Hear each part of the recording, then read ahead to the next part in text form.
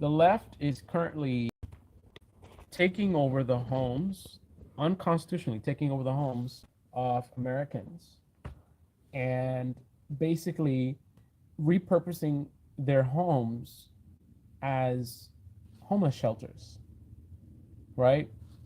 So instead of dealing with the homeless situation, actually dealing with the actual problem, they've decided to spit on the Constitution and go around and take homes away from hardworking Americans, right?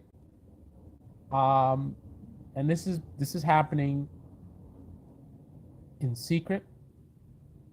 They're slowly doing this. It's been happening for a while under the guise of the whole COVID situation, right? So they use that, they leverage that situation, that never leave a good crisis.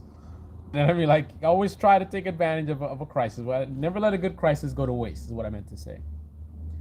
And that's what the left has been doing, repurposing the homes of Americans, using it as homeless shelters. So now we have a crisis, another crisis, manufactured by the left and their socialist policies, where we have homeowners that are homeless. I kid you not.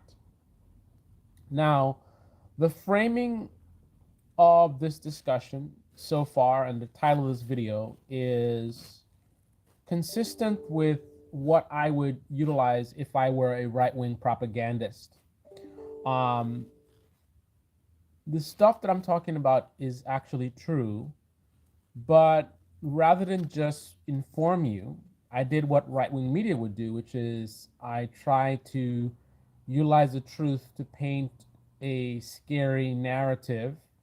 And not that this is not scary, but I use the truth to paint as scary a narrative as possible, to demonize the other in support of the corrupt Republican Party, right? That essentially would be my job as a right-wing commentator, is to support the corrupt establishment Republican Party, right? And you can do this by attacking their enemies. So me putting a video out like this would be basically like a negative ad, like you see those campaign ads they use during the election.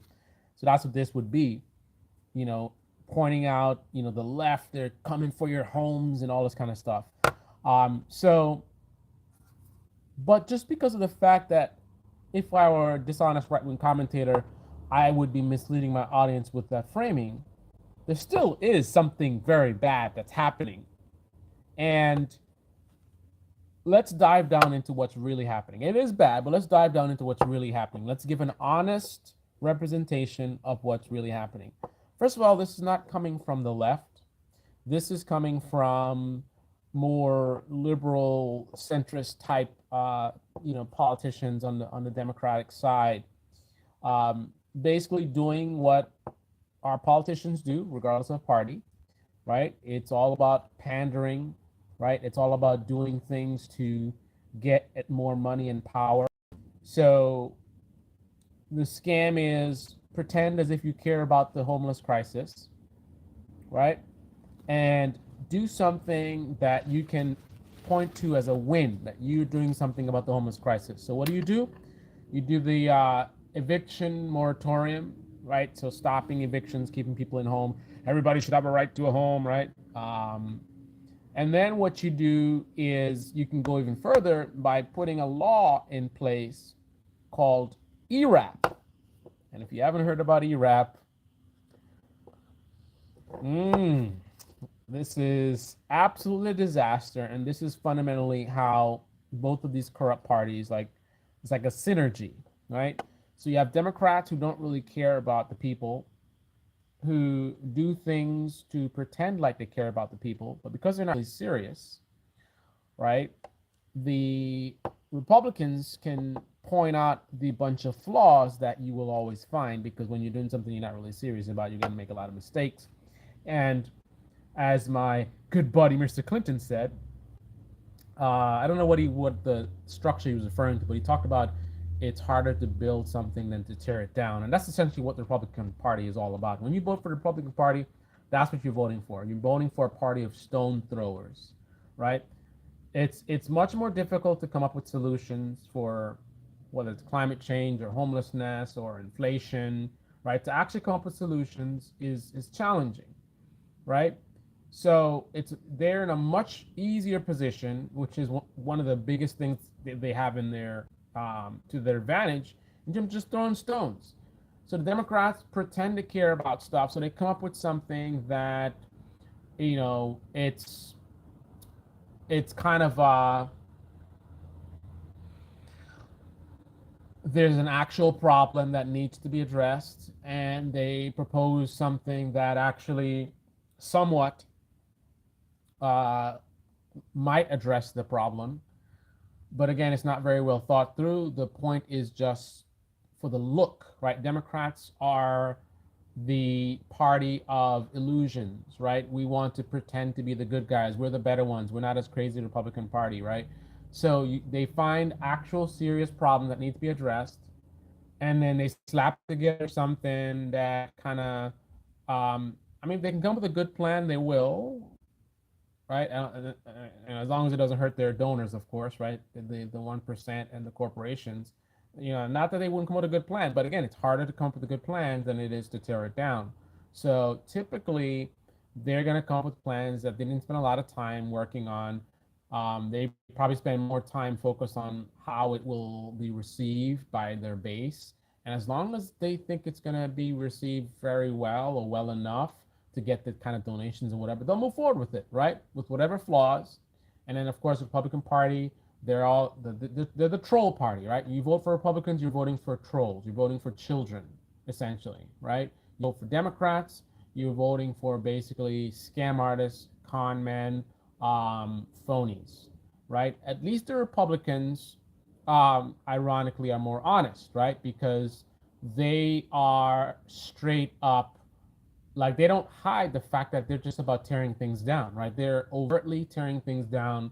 They're overtly trolling. Let me fly people to Martha's Vineyard, even though that would very well likely encourage even more people to come across the border for these free flights, right? I'm going to do something that's going to make a situation worse because I believe my base is too dumb to recognize that what I'm doing is actually not helping, and I'm just doing it for my own personal benefit to get more donations and more support. And I believe my base is too dumb to even recognize after the fact when it doesn't help in any way, right? All the conversations that people talk about, it doesn't help in any way. I believe my base is too dumb to recognize this, that what I did only benefited me. It didn't help the border situation. You know what I mean? Like that's what they do. It's all about tearing things down, pointing out the flaws, but then the Democrats make it easy because they're unserious about their things. They're the party of con men and con women, right? Like Pelosi, right? And many, many others, right? So their half-assed plans are easy to tear down and gives the Republicans light work. This is easy for them to point out flaws in an unserious party's plans, right? So how do we get to what's really happening about, my fear mongering title and the initial framing of this video? So now that I've sort of explained the sort of business model of the duopolies, Democrats and Republicans, how they operate, now you can better understand what's happening as far as the repossession of homes. So, as I just described, Democrats came in with a half-assed, fake posturing of like, we want to do something about homelessness. Like, remember AOC and those clowns? People were getting evicted and they did nothing, right? They totally did nothing. They slept on it, waited until the moratorium is up to expire, and then Pelosi. So it's not even like just the progressives, right? The corporate wing of the party was on board with this scam. Pelosi and AOC and others coordinated this campaign online of, oh, we got to do something, right? The little fake protest, the thing on the steps, right? And then what happened after that? What have they done, right? What have they done since then, right? People have resumed doing evictions. Um, right? People are being kicked out on the street. They were doing it even during the moratorium, right? Is AOC actively still talking about this and pushing for this and addressing it? No, because it wasn't a serious thing. It was all just theater, right? So that brings us to the repossession of homes. So they came up with this new law slash program called ERAP. It's the Emergency Rental Assistance Program. Again, as I described in terms of how the Democrats operate, it's something which is a serious problem, which is good enough to, for sound bites, right? Democrats keeping people from being on the streets. They're actually doing something about homelessness. What are Republicans doing? Just throwing stones, right? What are Democrats doing? Helping actual people to stay in their homes. Sounds good, right? That's good for campaign videos, right? And that's the point, right? Don't need to go any further than that because that's the whole point. It's all about optics. And this is a good optic for the Democrats to be seen as the party that's actually um, humane and caring about the working class people who were being evicted and things like that. But again, because they're not serious about it, it's kind of a mess. So the basic idea is, if you can't pay your rent, you can sign up for the ERAP program. ERAP program is designed, again, it's all about the optics, right? So theoretically, this is what it's supposed to do. You can't pay your rent because of the pandemic, you lost your job or whatever it is, so you sign up for the ERAP program, and then you'll basically cover 15 months, right? 12 months past, 3 months forward. So what that means is if I'm today 12 months behind on my rent, I sign up for ERAP program. Money, they're gonna pay it for me. Sounds good. Thank you, Democrats, helping out someone. I lost my job during the pandemic, and I got kids, and I'm about to be on the street. And the Democrats swoop in, and they took care of the 12 months that of rent that I would never have the money to pay. I can't pay. That's a lot of money, and I haven't been working. So great, wonderful, right? And they went even further. You get 3 forward months. Remember, it's a total of 15 months, right? So they cover the 12 months that you owe. And then for this month, the next month, and the month after that, 3 months, you're also covered. So that means from the time that you sign up for the program, you have 3 months to get your act together. Great, right? Very humane. Someone in a bad, we all need a helping hand, sometimes. So someone in a bad situation who, was about to be evicted, now they're not being evicted. And they have 3 months to find a job or figure things out. So you have good time, right? That's pretty cool. And then the landlord, you're getting taken care of as well, because that's the point of the program, to pay the rent, right? So the landlord is going to get the rent paid, right? As opposed to having to evict them and then you're still not getting the money. You lost all this money. You're struggling with your mortgage. So, these nice Democrats come in and they take care of the landlord, they take care of the tenant, and everybody's happy. Unfortunately, what's described is perfect world. The real world is one which has the Democrats as a party of scam artists who are not very serious about helping anyone else but themselves, not unlike the corrupt Republicans. So, what's the reality? Reality is the program doesn't have any money. I don't mean that literally, but they've been having serious financial problems. However, since they let the program continue, they let an unfunded program continue, an unfunded program that enables people to live essentially in someone else's home for free. Because the way the program works is that it will pause any and all evictions. So you got a tenant living in your house for have not paid in a year. You start trying to evict them. They sign up for this program. Automatically, your eviction is stuck, right? All they do is they go into court and they say they have an ERAP application pending, right? And the judge just goes adjourned. Freezing all evictions with some exceptions, right? So you're creating this program which stops homeowners from being able to evict a tenant who's not paying. The program is designed to pay the rent for the tenant who cannot pay the rent because of pandemic, whatever. But you don't have the funding, but yet you're still doing the program. If you don't have the funding, one would think you just cancel the program or at least modify it in a way where it makes sense, right? The way that this program would make sense as constructed or written is that, again, you're paying the rent. So the landlord's okay, he can pay his mortgage. The tenant's okay, they're not on the street, they're in a home, and they have some time to find a job or whatever. They got 3 months, right? But if you don't have the money, then the whole thing collapses and it turns into what I framed from a Fox News or a Tim Pool or a Ben Shapiro or a Steven Crowder perspective, where I framed it as, Democrats stealing your homes and turning them into homeless shelters. Now that's not the idea. And if I were a right-wing commentator, one of the sort of the more dishonest ones, I would try to frame this as this an intention that they're intentionally trying to take over your homes. This is their secret plan, make it into a conspiracy, so they were like, need to get more homeless shelters. So what we're going to do is we're going to just take people's homes using this program. It sounds good because it's rental assistance and trying to keep homeless people off the street. But really what we're doing is we're just taking people's homes, from a sort of a socialist perspective.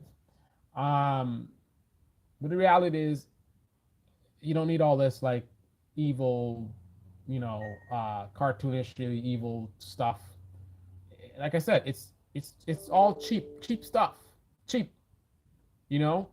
What can I do? Think about DeSantis's Martha Vineyard stunt, right? What can I do that will give me a win that I can say, look, we're the good party, we're helping out people. Look, we kept people off the street with, you know what I mean? Like that's the point, right? So funded, not funded, who cares? As long as we can keep this under wraps to where people aren't really aware of what we're doing, we're going to go ahead and do it. But it's not, I don't think they're trying to get people's homes and all this kind of stuff. All they want is the win of, the more donations, the more support from the sort of appearing to be the good guys who are trying to actually help people. That's the point. It's not to take people's homes. They're not interested in your homes. I mean, saying that they're trying to possess people's homes would suggest that they actually care, right? If they don't care, why would they want your home? They don't want your home. They want your vote and they want your money. And they're doing this. They're trying to achieve that from, again, the appearance of being the good guys. That to me is the point. But a dishonest right wing commentator would go as far as to paint some kind of scary picture because it's profitable. To the scarier you can present it, you can demonize the other, the more money you can make, right? But the reality is, I think it's just they're doing it for optics. So here's the reality of what they're doing. They're creating a crisis where everyone loses: the tenants, the homeowners, and it's also an attack on the middle class, right? So you create these programs to help people who are poor, right? And the idea is to, keep them out of poverty and uplift them and give them something where they can get out of poverty, right? But then if you get out of poverty, what does that mean? You have more money and you can do things like maybe buy a duplex, right? A multifamily home, and get a little bit more financial security. But wait a minute, if you rise up out of poverty and get yourself a duplex, the same people who helped you to get there are going to put you right back in poverty by putting someone in your home who's not paying, well, not putting someone in your home, but allowing someone to be in your home and live for free for multiple years, right? While you're stuck with the mortgage. Eventually, you can't pay it anymore. You get foreclosed on. Your credit gets destroyed, right? and this can lead you right back to poverty. So they've created this sort of illusion of, we're helping people and whatever, but it's a trap door, right? You rise, they either you stay poor, and there are these programs that can help you in different ways, right? If you stay there, you can just stay static and just be on these programs forever, I guess, right? Until they run out of money, like Section 8. Or you can use the support that they provide to get yourself out of poverty. But then they have these trap doors set for you to fall right back into poverty. So it's just a revolving door, right? Rise out of poverty, fall back into poverty. Rise out of poverty, fall back into poverty. Middle class shrinking and shrinking and shrinking and shrinking and shrinking, making it making the floor of middle class life very, very slippery, right? You make it there, and there's all these trapdoors set up to drop you right back down to being poor again, and then they will supposedly help you out. Um, Now, as far as the left, right? Again, being honest, because the title of the video and the way I framed it initially was again taking it from a right wing commentator perspective. But the reality is, the left's involvement in this, like the real left, is they are more serious than the Democrats, of course, or the liberals, the centrists, whatever you want to call them, about helping people, but not serious enough to spend much time critiquing strategies and tactics. They also, in a similar way to the Democrats, are more focused on the rhetoric. The Democrats are more focused on the rhetoric for, personal gain in terms of donations and support.